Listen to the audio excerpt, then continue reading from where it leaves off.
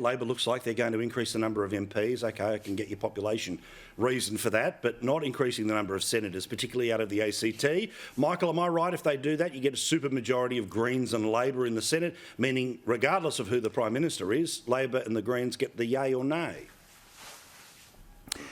That's pretty well right, and that's what they're trying to do, soften the public up to say, oh, well, of course the population's increased, therefore we need more members of parliament. Of course we need more senators in the ACT and the Northern Territory. This is a way of entrenching the hard left's control of the Australian Parliament, and that should not happen. And should there be an increase in the number of members of Parliament? I don't think so. I think we've got enough already. Increased staff, by all means, because the demands on the MPs in the social media age are greater. So increasing staff mate's the way I'd go, but certainly, do we need more politicians? No offence, David. At this stage, no, we don't. I think Australia probably needs less government than more, and that's another debate we need to have down the track, mate. But David, if they've got the majority in the lower house and they've got the Greens and Pocock to be able to get something done in the Senate to get this through, we're going to end up with more senators, particularly more senators that'll be Labor and Green senators or more independent senators from the ACT. This is a way of entrenching their interests, isn't it? Totally. This we should be totally suspicious of. We don't need more politicians, we just need better ones. The reality is that, yes, the population has gone up by about 10 million people since 1984 when we increased it, but so too has technology.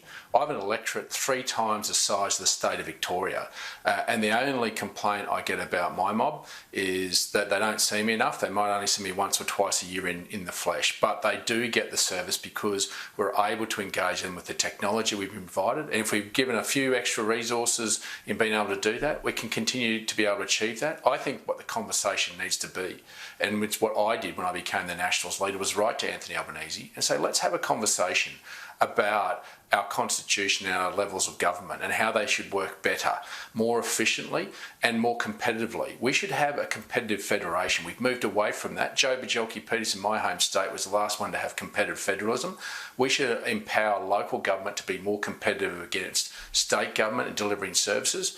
And then ultimately, if we can't get to that as a conversation as a nation, well, let's have a conversation about the states. But I think we need to get more competitive federalism. We need local government empowering them more to be able to compete with state governments to build our roads and to provide services. And I think we'll get better services of government and better returns rather than having to put more politicians in. So I think I got confused when I was trying to explain things before. It is 2 senators from the ACT, 2 senators from the Northern Territory. We'd be going up to a doubling of those to 4. You'd be loving this, wouldn't you, Linda? Oh, look, well, I haven't seen this concrete proposal from the government, so I think this is in part just a bit of speculation. I thank David Littleproud for his love and support of local government. I know he is a strong supporter. I don't think local governments want to be competing with state and federal governments. We want to be working in partnership with them, and we want to be doing that in a really bipartisan way. Currently, on average, seats in Australia federally have about 170,000 constituents. That's enormous, and it's a huge number of people, particularly, as David rightly points out, in those regional areas with huge geographies. We've now got seats bigger than Tasmania in Australia, and I talked to those federal MPs, many of them in the National Party, and they talked to me about how difficult it is to cover that area. I talked to the mayors and they talked to me about how difficult it is to access their federal members. So, look, I don't think there's a concrete proposal on the table. My electorate, the City of Sydney, has about 250,000 people. We don't have wards. I love my role. I can tell you it's very, very hard to get to everybody in a way that makes them feel that democracy is accessible. So is that the system that they have in New Zealand where their situation is one where you don't end up with a series of electorates, do you, Michael? You end up with a series of party representation rather than turning around and saying, you're from this bit of the map. If we were going to change it holus bolus, would that be where you'd want to go? Because I don't want to see a scenario where the populations of Sydney and Melbourne end up swamping the areas of regional New South Wales and Victoria like David represents.